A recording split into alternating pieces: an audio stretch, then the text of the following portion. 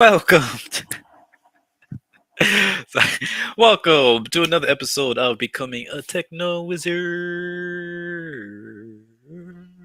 And today we are continuing my article on my newsletter, my too long newsletter of how to change the world for the better, a new story of humanity. And today we get into part 18. We're about halfway through. Super spicy, getting super spicy now. You thought I was spicy before? About to be muy caliente right now, okay? So I'm full today. I don't know. Today we're going to talk about progress, how progress isn't even worth it. And this is going to be hard for people. This is going to be hard. But I'm not gonna lie, I really like this section. These next couple of sections, I go ham. All right, I'm throwing punches, haymakers. So let's see if I actually land them. Progress isn't even worth it. We are still not advanced enough to stop any cataclysmic events, those things that cause mass extinctions throughout Earth's history. Meteors, volcanoes, superstorms, solar flares, climate change, etc., can and will kill us too. All right. I think this is a short section, so I'll probably get into some director's cuts. All right. So yes, even to this day, even though there's a new NASA projects to try to send um, things up to a meteor. I forgot what it's called, but they actually have a project where they're trying to blow up the meteor before it hits us, before it gets close, but it's not there yet, right? We don't know if it's going to be a success. It's going to take years for us to actually find out and then to iterate on that and to build on top. So even to this point where we're close to being able to stop one of these, if any of these other things happen, volcano, a super volcano, we're done for. Superstorms, we already see it's causing mayhem across many a country, many a continent. Solar flares, every day, like not every day, but almost almost every week. I have this Google kind of, it's not really an alert, but I go on their news feed, and it's always, oh, a solar flare might hit us. Oh, it missed us. Oh, it wasn't that big. Um, but it's always funny because whenever you hear these articles, they're like, oh, this could literally take down the internet.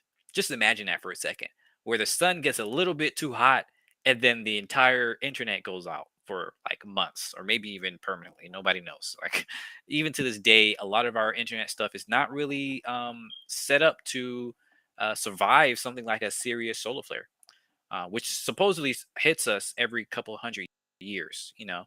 A big one comes along. And then you have change, of course. This is not the first climate change the Earth has experienced, or even humans have experienced. This is the fastest, though, right? But if we go into antiquity and look at history, we see that climate change throughout history radically changed human nature or human development, right? The very ability for us to build long-term agriculture was precisely due to climate change. The fact that climate stabilized allowed us to actually build farms in a long period, or grow, farms for a long period of time, as opposed to before that, where climate was so variable that if you try to keep up a farm for a couple, after a couple of decades or so, you might get lucky with it like a generation or two, but it would be gone. Like it would be it would then become too cold or whatever, right? So yeah, all of these big problems that can cause mass extinctions would still wipe us out. So are we really that advanced? So in the grand scheme of things, we're not necessarily more advanced than our foraging ancestors who were able to adapt through multiple cataclysmic events. The Younger Dryas period, for one, which is again the big thing that caused the Neolithic Revolution. The climate change from the last ice age took to the Holocene era due to the poles shifting, in which caused massive desertification across Africa and the Middle East. I've been reading up in this now, and it's not as clear that the poles caused that desertification. They say it was most likely one cause, but another cause may have actually been human caused, like the proliferation of cattle, right? May have actually led a huge part into that desertification. Anyways, the huge climate shifts every few decades or centuries during the pre-Holocene ice age. They were hardy, adaptable peoples. Well, some of them. The hunter-gatherers adapted, while most other empire builders were wiped out. To this day, a lot of Afrocentric people, right? And I almost count myself among them. swear to you that even before the golden age of Africa, um, even before before colonization, where they were actual African empires, people swear that they were huge African empires prior to that, right? So in 12,000, 20,000 years ago, across the Sahara, when the Sahara is green, it's actually I'm not going to call it conspiracy, but a hypothesis, I suppose you can call it, that Atlantis existed on Africa, and particularly in Mauritania. And Atlantis was a huge empire that spanned all the way to Egypt. And actually, Egypt was a colony of Atlantis. That's one of these hypotheses out there. Now, is it credible? I'm not 100% sure, but honestly, there's some really interesting evidence in that space.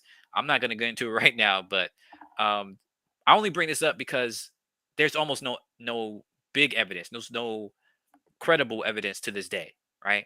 So even if it did exist, the fact that they're gone with almost like complete erasure of history shows you the perils of thinking that just because we're advanced, supposedly advanced, but we can't stop a tsunami from wiping us out or something like that, means that we're extremely fragile, right? So if our society collapses today, it will take less than 10,000 years for almost all evidence of our existence to be wiped from the earth, to be ground to dust. Maybe there would be like radioactive isotopes, a thin layer of carbon, of extra carbon, but people wouldn't know what that is. They might think it was just, a comet struck or something.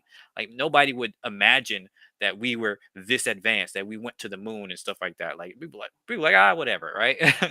um, unless they went to the moon and saw our footprints. But then again, maybe a comet struck where we landed or something. I don't know. But the thing to realize is that as much as advanced as we deem ourselves today, we're still extremely fragile, which is what I'm saying here. We are probably more fragile as a species now than ever before. Because unlike those times, most of us cannot fend for ourselves if our society collapses. Even those that know how to hunt most likely do not know how to forage and utilize all the plants and the animals in an ecosystem in a sustainable way, right? People who go out to hunt, they just go out to hunt deer, right? Or even if they do forage, they don't have to live there for their entire life, so most people don't understand the interactive ecosystem that is a forest, that is any ecosystem. Western society has driven nearly all the remaining millennia old hunter gatherer cultures nearly extinct. Plus, many ecosystems are downright destroyed as well. So, even if you wanted to turn back, and, be an anprim, whatever they call them, like primitive anarchists who believe in going, to primitive, quote unquote, primitive times. I don't like that. That's a kind of a pejorative, but if we want to go to primitive times, right? We can't live in that because much of the ecosystems have been destroyed. All right. So even if we were to learn how to forage, it is unclear if we have enough remaining functional ecosystems to support us, even a fraction of humans. So even if we were to kill off a bunch of humans, that still would not solve the problem, right? Because most people don't know how to survive. So we've really painted ourselves in the corner here. Additionally, by creating a global empire of westernization, we have created a single point of failure. We have exposed ourselves to the threat of global pandemics thanks to this largely monocultural environment where disease can easily spread from any corner of the world to every other corner. Globalization has also severely decreased the frequency and cohesion of local communities, making many places around the world look and feel virtually the same. And yes, this is my rant against globalization. I do think globalization is a bad thing, but it's not because of diversity, right? It's because of commoditization. Because you can cut and paste a freaking, subdivision from where I live into almost every other place around the world. That's not a good thing. That destroys a lot of the local culture in that area, right? It's good that we have global trade and movement and stuff like that, but it's bad that you have commoditized culture that you can just copy and paste in any other region. Worst of all, it has driven many rich cultures extinct or to the brink as capitalists seek to commoditize everything and nationalists seek to erase any history of unique differences within their borders. Because borders are extremely recent thing. And to try and cram all these ethnicities into these fake borders, it just destroys a lot of that history. Diversity is crucial because of this risk of sudden change, not merely in how we look, but in genetics, societal organization, culture, ideas, and so on. But westernization and globalization has steadily been colonizing every corner of the earth and turning us into a monocultural species that can no longer adapt very readily to change. Instead, we are almost being dragged by the march of technology that innovates on growth more than anything else. Instead of us deciding how to change, we are being changed in ways we have no idea how to handle or even recognize.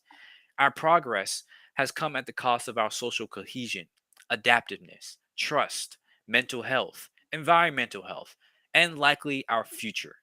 Is it all worth it? That is not to say that we haven't gained from technology or even hierarchy.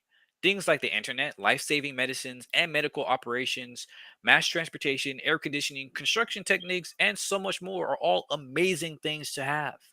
But many of those technologies are thanks to the public, open, or otherwise democratization of knowledge rather than just capitalism. We have not gained nearly as much as the capitalist propaganda suggests. The whole story that capitalism has brought the most people out of poverty grossly ignores the fact that the origins of capitalism, i.e., colonialization and imperialism, mercantilism, all that, created the exact poverty it is saving people from. And it currently maintains that poverty as we control their lands through loans or direct imperialism. We all know that one of the biggest tools in a capitalist tool set is to create the problem it sells these solutions to. So yeah, and we can see this today, right?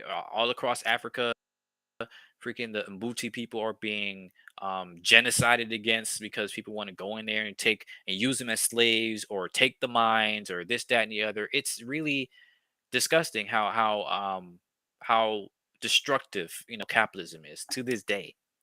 Cyberpunk boy says, follow you since a journey to be a trillionaire. Interesting to see how your policies have changed. Thanks. Yeah, as you can see, I've made almost a freaking 360 or 180. Not really, because even when I was wanted to be a trillionaire, the intent behind that was because I wanted to completely change everything. Right? I figured I'm not sure if I ever mentioned. I think I did when I first like my very first episodes of Thoughts of a Trillionaire, where I said I wanted to be a trillionaire. I wanted to be the richest person in the world so that I can pay off the world's debt. Like I wanted to buy off capitalism. I know it was a really, really silly idea, but it just excited me. Right? It's such a crazy idea that I was like, by being the type of person who would go for something like this would force me to think in completely different ways, right? That's why I originally was like, yeah, I'm gonna be a trillionaire, right? Because the idea was that I can make so much money that I'll pay off all the debt.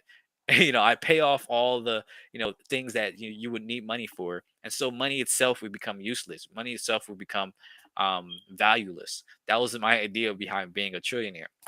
But now I see the folly of my ways, where the very act of trying to make that much money creates an insane amount of destruction in the environment and in people's lives and in political systems.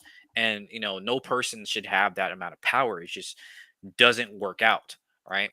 um so yeah, I've come a long way. But at the same time, I'm still pivoting around the same idea of how to make the world a better place.